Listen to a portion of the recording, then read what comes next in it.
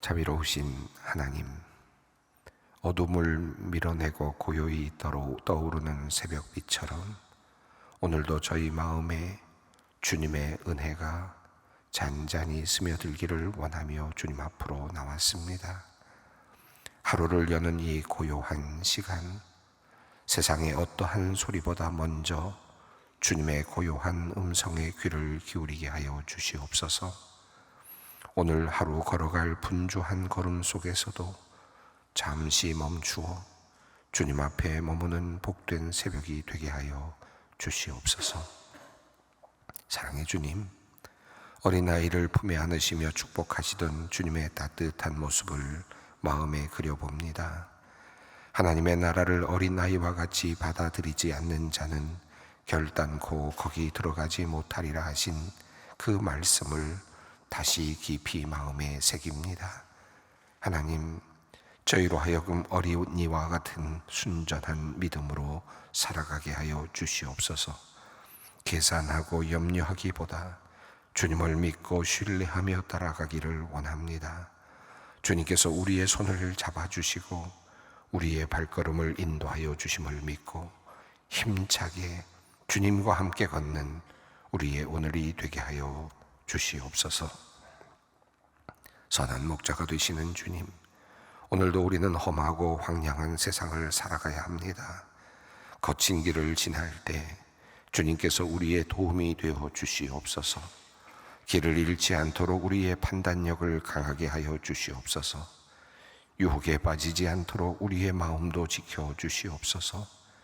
지치고 흔들리는 순간이 올지라도 주님께 손을 내밀면 주님께서 우리의 손을 잡아주실 줄 믿습니다.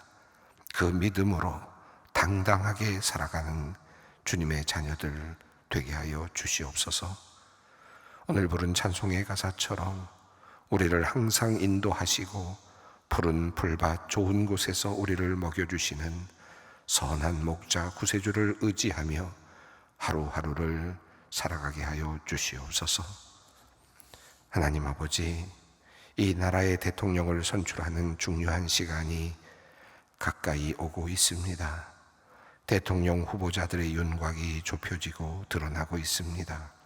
주님, 그들이 살아온 인생을 주님께서 아십니다.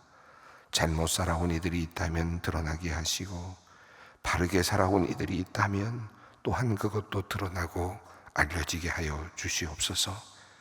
그리하여 국민들이 바르게 보고 판단할 수 있도록 주님 역사하여 주시옵소서. 후보자들을 위해 간절히 기도드립니다.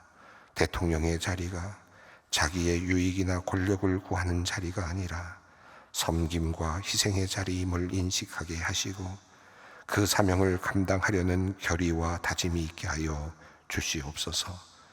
그들의 말과 행실에 진실함이 배이게 하시고 겸손함이 깃들게 하시며 그들의 마음에 국민을 향한 긍휼과 사랑의 마음이 담기게 하여 주시옵소서. 국론의 분열 상황 속에서 치러지는 선거의 모든 과정 가운데 하나님의 역사하심이 있기를 소망합니다.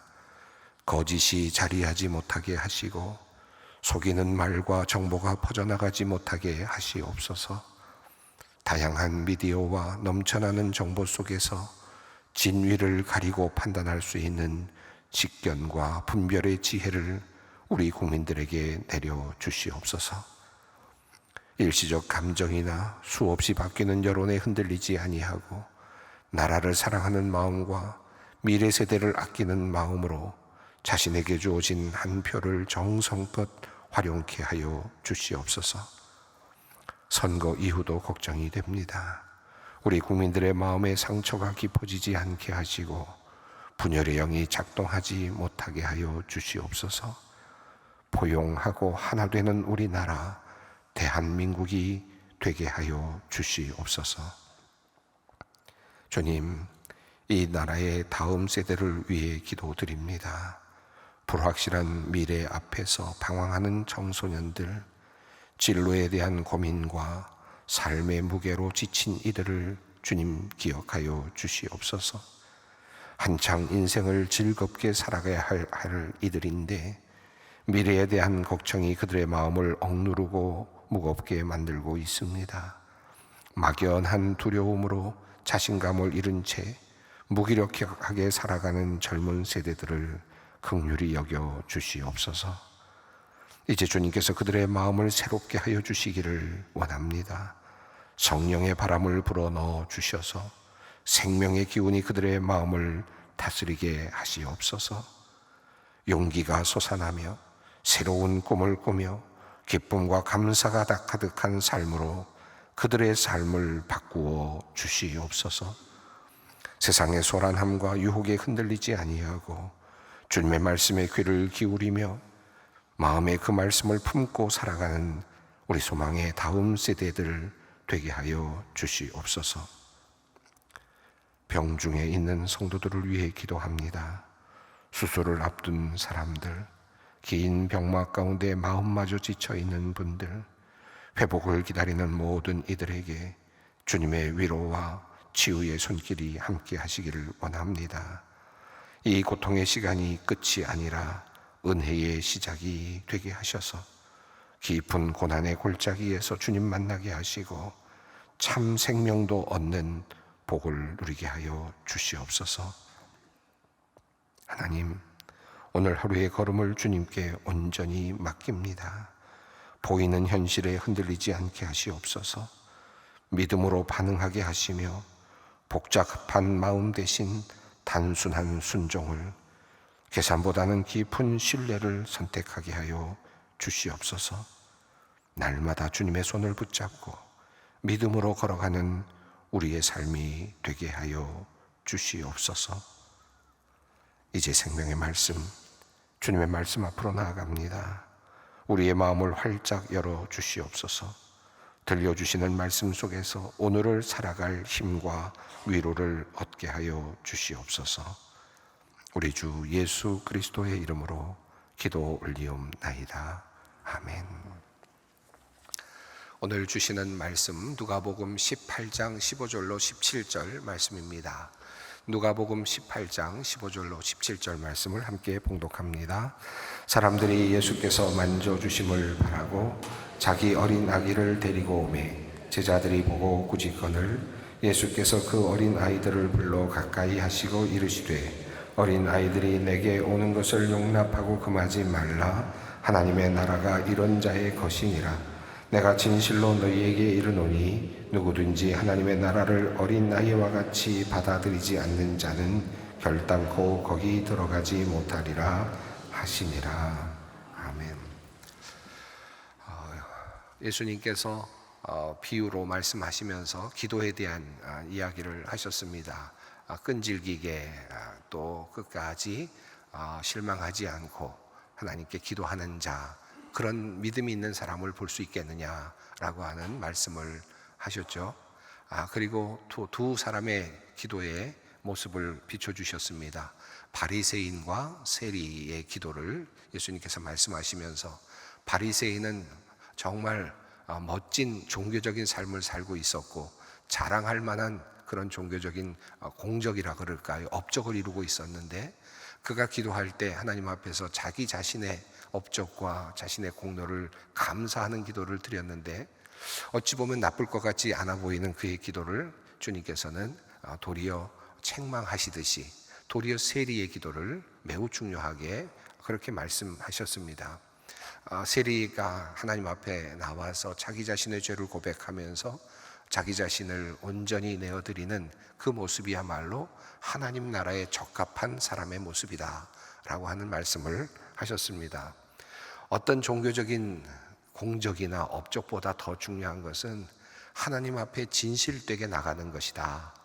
기도의 가장 중요한 핵심은 어떤 거창한 금식이나 일주일에 2번씩 하는 금식이나 10의 1조를 드리는 어떤 그 종교적인 어떤 특별한 헌신의 행위나 물론 이런 모든 것들도 중요하겠지만 그보다 더 중요한 것은 진실된 마음으로 하나님 앞에 나아가는 것이고 또 진실되게 하나님을 의지하는 행동이다라는 것을 우리가 함께 배웠습니다.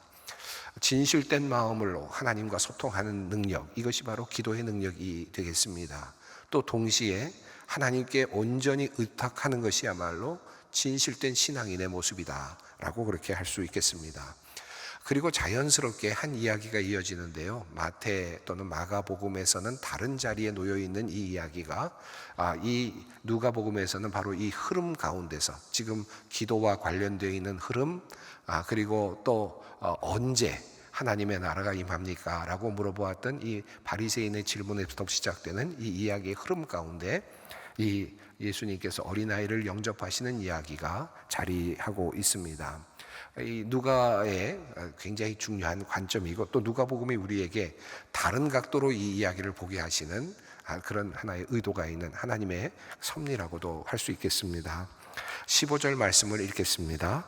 사람들이 예수께서 만져주심을 바라고 자기 어린 아기를 데리고 오매 제자들이 보고 꾸짖거늘.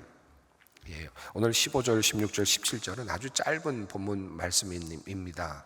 그리고 또 어린이 주일 때마다 항상 읽고 또 배우고 또 다시 확인하는 그런 말씀이어서 그냥 짧은 말씀임에도 불구하고 상당히 많이 설교에서 인용되고 있는 성경 구절이기도 합니다. 아마 여러분께서 많이 이 본문을 많이 들으셨을 거라고 생각합니다. 자, 예수님께 어린 아이가 왔습니다. 그런데 이 어린 아이는 스스로 나온 것은 아닙니다. 여기 보면 15절에 이렇게 되어 있는데, 사람들이 예수께서 만져주심을 바라고 자기 어린 아기를 데리고 오매, 이렇게 되어 있습니다. 그러니까 어린아이의 입장에서 본다면 수동입니다. 어린아이는 지금 스스로 예수님 앞에 나갈 만한 능력이 있는 것은 아닙니다. 부모님들이겠죠. 당연히 어린아이를 끌고 함께 온 이 사람들은 부모님이라고 그렇게 추정이 됩니다. 이 부모님들은 지금 예수님께서 그냥 평범한 사람이 아니라는 사실을 알고 있었고, 그분의 가르치심이 놀랍고, 또 그분이 또 놀랍게도 많은 기적을 베푸시는 것을 보면서 예수님의 손에 이 아이를 좀 닿게 하고 싶다라고 하는 그런 아주 순수한 마음을 가지고 있었을 겁니다. 예수님의 손으로 이 아이를 좀 만져주셨으면 좋겠다. 이 말씀은 그냥 전체적인 수거적인 표현으로 보면 안수를 받았으면 좋겠다. 손을 얹고 우리 예수님께서 이 아이의 머리에 안수를 해줬으면 좋겠다라고 하는 그런 의미가 포함되어 있는 말씀입니다. 예수님께서 우리 아이를 좀 만져주셨으면 좋겠다, 축복해 주셨으면 좋겠다라고 하는 그런 마음으로 어린 아이를 끌고 예수님께로 이렇게 보내는 장면입니다. 이런 전통은 당시 유대인들에게는 자주 있는 그런 모습이었고, 또 그런 전통이 있었습니다. 속죄의 날, 이 욤키퍼라고 하는 그런 날 같은 그런 때에는 장로님들이나 장로죠, 당시 유대의 장로들 또는 율법학자들, 랍비들에게 랍비들의 그 안수를 받는, 어린 아이들을 안수받게 하는 그런 전통도 있었습니다. 그러니까 이것이 그냥 하루아침에 생겨나는 일이 아니고 당시에 그냥 랍비들이 흔히 하는, 율법학자들이나 또는 또 장로들이 주로 이렇게 어린아이들을 축복하는 일이 종종 있었기 때문에 그런 관점에서도 이 일은 어색한 일은 아니었습니다. 예수님을 랍비로 생각하고 선생님으로 생각하고 우리 선생님에게 이 아이를 좀 이렇게 보내서 우리 선생님이 우리 예수님께서 이 아이를 좀 안수해 줬으면 좋겠다라는 마음으로 어린아이들을 이제 보낸 겁니다. 자연스러운 일이었다고 생각하는데 아마도 그 당시의 상황이 어떠했는지 잘은 모르겠지만 15절 마지막 부분은 제자들이 보고 꾸짖거늘이라고 이렇게 표현을 하고 있습니다. 제자들이 그러한 전통을 몰랐을 것 같지는 않습니다. 랍비들이 안수하고 아이들을 만져주고 축복하는 그런 예가 있다는 것을 몰랐을 가능성은 많지 않은데, 제자들이 보고 왜 꾸짖었을까? 당연히 그냥 아이들 안수 받을 수 있게 해줄 수 있었을 것 같은데, 제자들이 보고 꾸짖었다는 이야기는 아마도 그 당시의 상황이 수많은 사람들이 몰려오고 있었을 가능성이 높습니다. 많은 사람들이 몰려오고 그리고 또 예수님께 다가가고 예수님을 만지려 하고 그런 예수님에게 축복을 받으려고 하는 수많은 사람들이 있었기 때문에 제자들은 그것을 경계하고 막고 하는 그런 일들을 했던 것으로 보입니다. 다른 본문, 유사한 다른 본문에 보면 제자들이 그런 사람들의 그 끊임없는 그런 다가오는 것에 대해서 이렇게 견제하고 또 막는 그런 일들을 했던 것을 볼 수 있습니다. 그런 관점에서 제자들은 지금 이 모양을, 이 어린아이들이 오는 것을 보면서 지금 꾸짖는 장면으로 이렇게 표현이 되고 있습니다. 제자들의 마음이 어떠했을까요? 아마 이런 생각이었을 것 같습니다. 지금 어른들도 이렇게 많이 몰려오고 있고, 병자들도 몰려오고 있고, 귀신 들린 사람도 몰려오고 있고, 수많은 사람들이, 정말 긴급한 사람들도 몰려오고 있고, 많은 사람들이 지금 몰려오고 있는데 너희 어린아이들까지 와서 이렇게 귀찮게 하느냐, 아마 그런 마음이었을 것 같습니다. 어린아이들이 축복을 받는 것 뭐 나쁘게 생각하진 않았겠지만 제자들은 그 상황 속에서 어린아이들이 낄 자리가 없다. 어린아이들보다는 성인들, 어린아이들보다는 보다 더 급한 사람들이 예수님을 만나야 된다. 아마 그런 마음으로 제자들이 이 어린아이들이 다가오는 것을 꾸짖었을 가능성이 높겠습니다. 상황적으로 본다면 매우 적절한 그런 하나의 태도라고도 할 수 있겠고요. 당시의 상황을 아마 우리가 상상해 본다면 제자들이 그렇게 하지 않으면 아마 예수님이 감당할 수 없었을 것이다, 그렇게 여겨지기도 합니다. 자, 이 어린아이들이 다가오고 있는 이 상황 속에서 이 어린아이라고 하는 표현이 15절에 사용된 그 단어가 브레포스라고 하는 헬라어가 사용되는데요. 보통은 이 어린아이들 하면 파이디온이라는 단어가 헬라어로 주로 사용이 됩니다. 그런데 이 파이디온은 조금 더 큰 아이들까지를 포함하고 있는데, 물론 단어의 사용에 대해서 논란은 좀 있습니다만, 이 브레포스라는 단어는 조금 더 어린아이들, 유아들, 그러니까 아주 꼬맹이 같은 아이가 예수님께 나왔다라는 말로 그렇게 의도적으로 표현하고자 된 단어가 아닐까 생각이 듭니다. 그래서 여기서 그냥 어린아이라고 되어 있지만 그냥 조금 어린아이들, 아주 어린아이들, 꼬맹이 같은 아이들이 지금 예수님께 막 달려오고 있는 그런 모습을 상상해 볼 수 있겠습니다. 그러니까 예수님 제자들은 이 아이들 오는 거 혼란스러우니까 막아야 되는 이제 그런 생각을 했겠죠. 자, 그런데 예수님께서는 그 어린아이들이 다가오는 모습을 보면서 그것을 의도적으로 받아들이고 또 동시에 그것을 교육적인 하나의 재료로 사용하십니다. 16절 말씀입니다. 예수께서 그 어린아이들을 불러 가까이 하시고 이르시되 어린아이들이 내게 오는 것을 용납하고 금하지 말라. 하나님의 나라가 이런 자의 것이니라. 자, 이 어린아이들이 다가오다가 제지를 당하고 있는데요. 그때 어린아이들을 예수님께서 부르십니다. 그리고는 가까이 하셨다. 자신의 몸 가까이에 그를 아이들을 불러들이시고 아마도 품에 안으셨을 수도 있겠습니다. 가까이 아이들을 당기시고 예수님 가까이 오도록 만드시고는 예수님께서 말씀하시기를 아이들이 내게 오는 것을 용납하고 금하지 말라. 예수님에게 오는 어린 아이들을 용납하라. 어린아이들이 예수님께 다가오는 것을 금하지 말라라고 그렇게 예수님께서 명령을 제자들에게 하셨습니다. 이 말씀은 여러 각도에서 지금까지 역사적으로 해석이 되어 왔고요. 특별히 유아 세례와 관련된 매우 중요한 근거 본문으로 사용되고 있는 말씀이기도 합니다. 사실 예수님께서 그의 사역을 통해서 유아들에게 세례를 주셨다라고 하는 기록은 성경에 나오지는 않습니다. 그래서 유아들에게 세례를 주는 것이 맞느냐, 어린아이에게 주는 것이 합당하냐라고 하는 질문이 기독교 역사 속에서 끊임없이 제기되어 왔습니다. 제세례파와 같은 그런 종파의 경우에는, 분파의 경우에는 종교개혁 이후에 이제 그런 운동이 더 심하게 일어났기도 했습니다만은, 그런 경우에는 성인들의 세례만 인정해야 된다. 어린아이들에게 세례를 준 것은 적합하지 않다. 그들은 하나님을 향한 신앙의 고백을 제대로 할 수 없다라고 그렇게 이야기했고, 그래서 성인들의 세례만이 진정한 세례가 되고 유아 세례는 합당하지 않다. 또 성경적인 근거도 없다라고 이렇게 또 주장하는 종파들도 있었습니다. 하지만 기독교의 역사는 정말 오랫동안 초기부터 지금까지 유아 세례를 주는 것에 대하여 끊임없이 반대하지 않고 끝까지 계속해서 유지해 온 것은 사실입니다. 초대교회로부터 어린아이들이 세례를 받았다는 기록은 여러 곳에서 나타나고 있고요.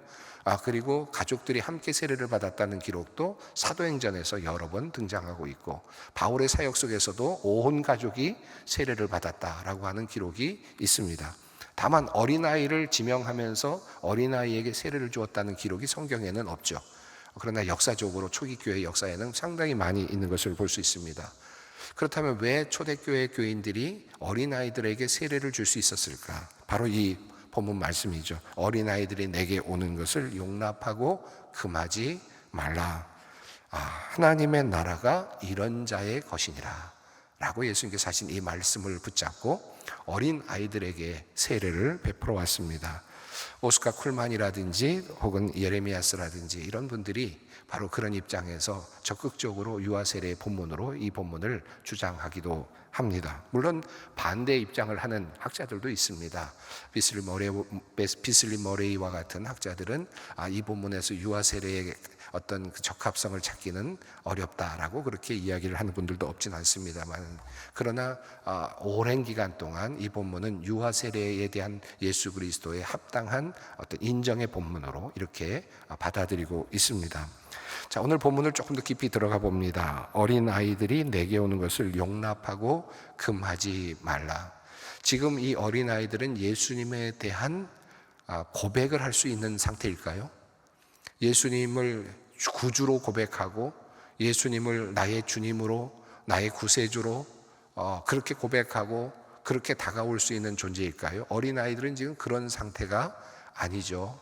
그러니까 아이들이 온전한 신앙 고백을 함으로써 예수님께 다가온다, 예수님이 지금 그걸 기대하고 있는 것은 결코 아닐 것입니다.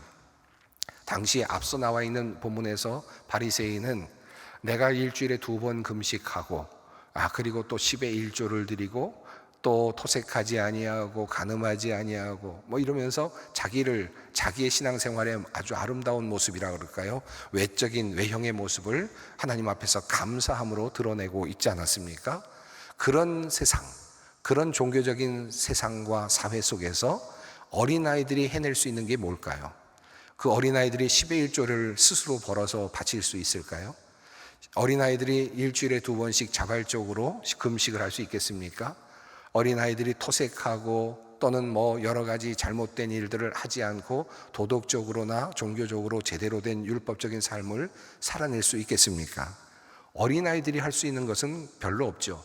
공적주의, 업적주의, 공로주의, 다시 말하면 유대의 바리새인들이 생각하고 있었던 내가 이만큼 살아야만 하나님께서 이 나라를 구원해 주실 것이다, 우리 민족들이 다 이렇게 살아야만, 이런 율법을 잘 지키고 그래야만 이 나라가 복을 받고 이스라엘이 회복될 것이다 라고 하는 생각을 하고 있는 이 구조의 종교적인 틀 안에서 어린아이들이 공헌할 수 있는 부분은 아마 없을 겁니다.